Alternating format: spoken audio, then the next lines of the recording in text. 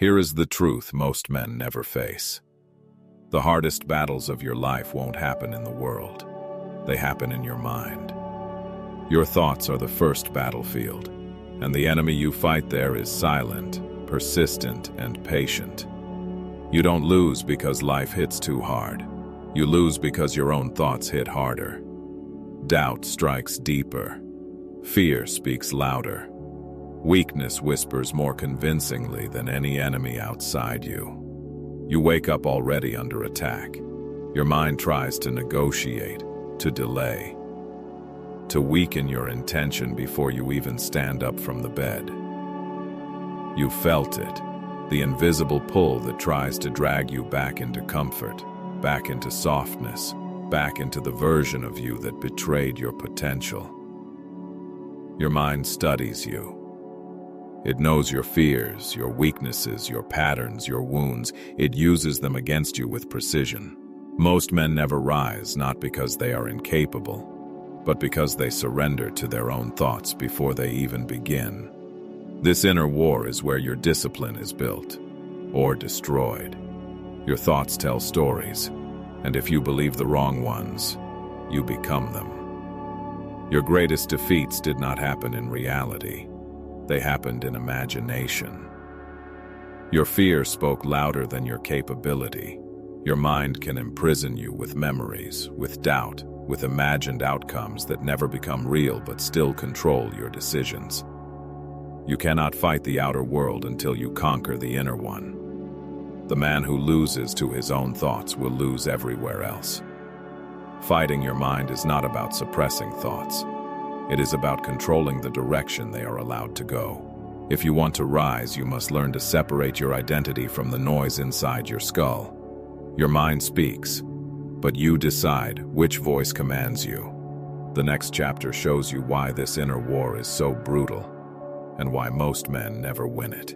If the mind is a battlefield, then you need to understand the enemy you're fighting, because it doesn't attack you the way real enemies do. Thoughts don't charge at you. They sneak. They whisper. They disguise themselves as logic, as caution, as comfort. Your mind knows your weakest points. It knows the memories that haunt you, the failures that scarred you, the insecurities you never healed. And it uses them against you with perfect accuracy. Every battle you face in life begins as a thought. Fear forms before danger appears. Doubt forms before failure happens. The mind collapses long before the body ever does. Your thoughts manipulate your future by distorting your present. They show you exaggerated fears, imagined outcomes, possible disasters, none of which are real, yet all of which shape your decisions. This is how the mental war works. Your mind creates pressure from situations that don't exist. You feel weight that hasn't been placed on you. You suffer from events that never happened. Most men lose not because the world is too harsh, but because their thoughts are too loud. The noise inside their mind drowns out the clarity they need to act with purpose. Your thoughts fight dirty. They attack you when you're tired, when you're alone, when your guard is down. They strike hardest in the silence of the early morning and the darkness of late night. Your mind builds illusions, then traps you inside them. It replays the mistakes you made, then convinces you you're incapable of doing better. It pulls your past into your present until you become afraid of your own potential. Your thoughts create resistance. That invisible weight you feel when you try to start something difficult, that is mental warfare. It's not your body resisting. It's the weaker version of you fighting for survival. Even worse, your mind justifies the attack. It calls fear realism. It calls avoidance preparation. It calls weakness self-protection. Your thoughts sugarcoat surrender until it tastes like wisdom. This is why mastering your mind is the first step toward mastering your life. If you cannot command your thoughts, you cannot command your actions. And if you cannot command your actions, you cannot command your direction. The mental war is brutal. because you can't run from it. You carry it everywhere. Inside every decision. Inside every moment. Inside every quiet hour when no one is there to pull you out. But once you understand how your mind attacks, you can begin to fight back. Not with emotion, but with clarity, awareness, and deliberate control. That is where Chapter 3 begins. Now that you've seen how the mental war works, you need to understand the deeper truth. Your thoughts didn't randomly turn against you. They became your enemy because you stopped being their commander. When a mind has no leader, it begins leading itself. And an unmanaged mind always defaults to fear, to doubt, to weakness. Your thoughts turned against you because you fed them softness. You gave them comfort, distraction, and escape. You trained them to avoid discomfort, and now they resist anything that requires strength. Your mind is shaped by repetition. Whatever you practice mentally becomes automatic. If you practice avoidance, avoidance becomes instinct. If you practice excuses, excuses become reflex. If you practice fear, fear becomes identity. The truth is brutal. You didn't lose control of your thoughts. You trained them to operate without discipline. And now they attack you in the language you taught them. Your thoughts also turned against you because comfort rewired your brain. Quick dopamine, endless stimulation, cheap validation, all of it weakened your mental threshold. Now even small tasks feel overwhelming. Comfort made your mind fragile. Not because you were weak, but because your environment rewarded the path of least resistance, and your brain always follows the easiest reward system available. Your thoughts attack you because they are protecting the version of you that fears change. Every time you try to evolve, your mind panics, because the old identity senses its own destruction. Fear is not the enemy. Fear is the old self begging you not to leave it behind. It tries to hold you in place with memories, with anxiety, with imagined failures that haven't happened and may never happen. Your thoughts also turned against you because you spent years believing every fear without ever challenging it. And the mind amplifies whatever you never question. Doubt grows louder when you remain silent. Another reason is accumulated pain. Unprocessed wounds don't disappear. They hide in your thinking. They influence your choices, your reactions, your self-worth.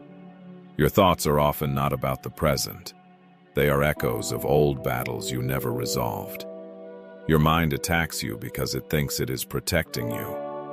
It uses fear to stop you from failing. It uses doubt to stop you from risking. It uses hesitation to keep you in your comfort zone.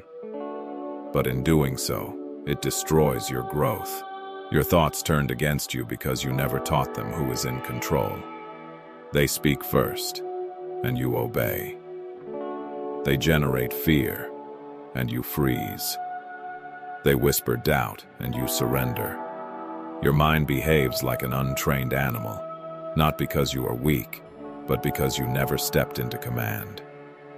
Now that you know the truth behind why your thoughts sabotage you, the next chapter shows you the system for taking control back and turning your mind from a battlefield into a weapon. If your mind has become your enemy, then you need a system powerful enough to turn it back into your greatest weapon. There are 3 pillars, 3 disciplines, 3 forms of internal command that no amount of comfort can destroy. When you master these, your thoughts stop controlling you and start obeying you. The first pillar is awareness.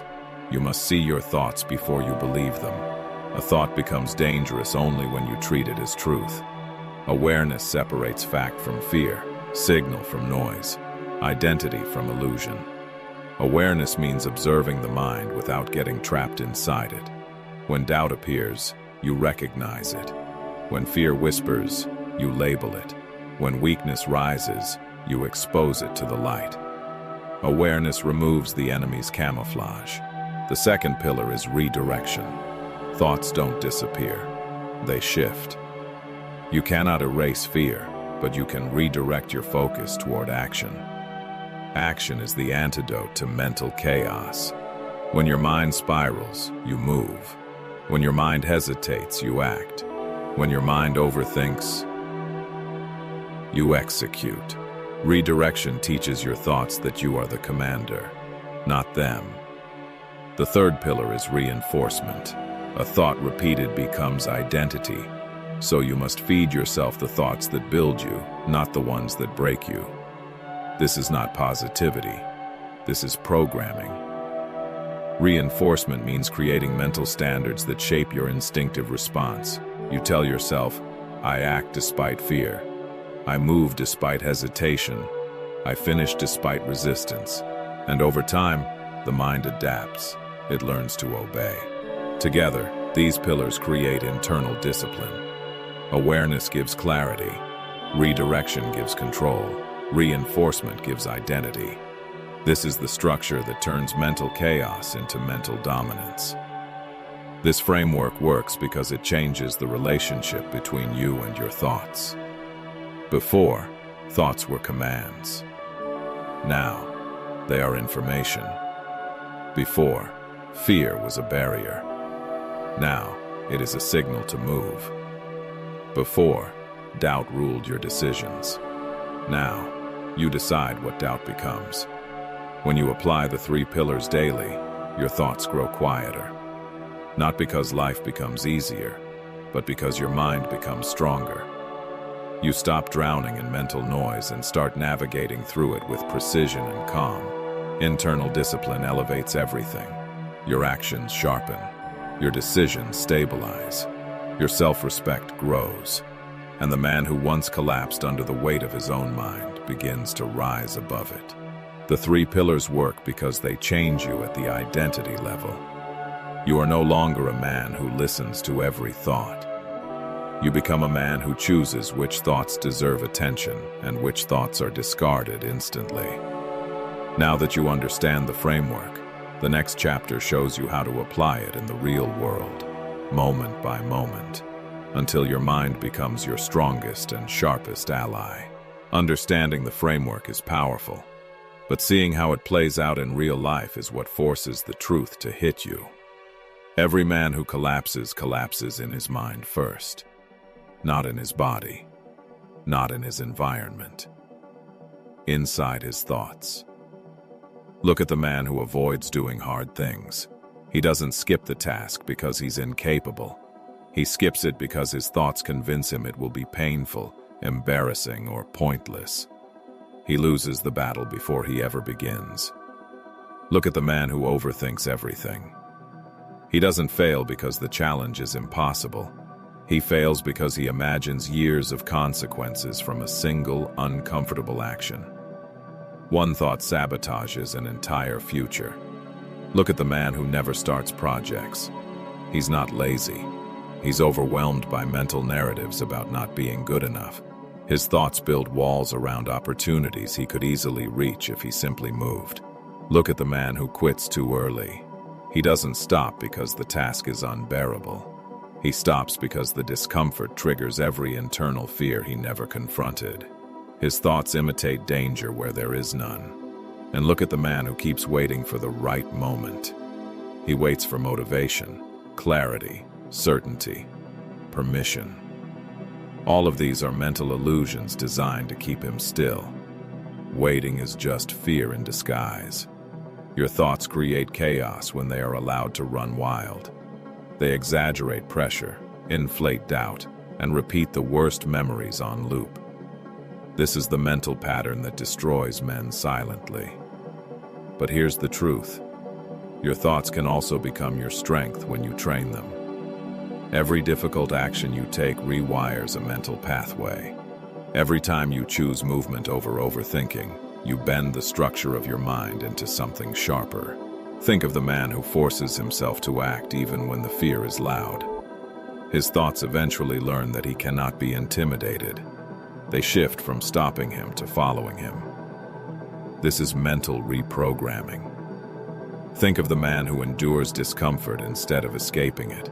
The mind adapts. What once felt unbearable becomes manageable. What once caused panic becomes normal. This is how the brain builds resilience. Think of the man who questions his own fear. He stops treating every anxious thought as a prophecy and starts treating it as a suggestion. And suggestions have no power until you obey them. The men who win the mental war are not those without fear. They are those who refuse to let fear lead.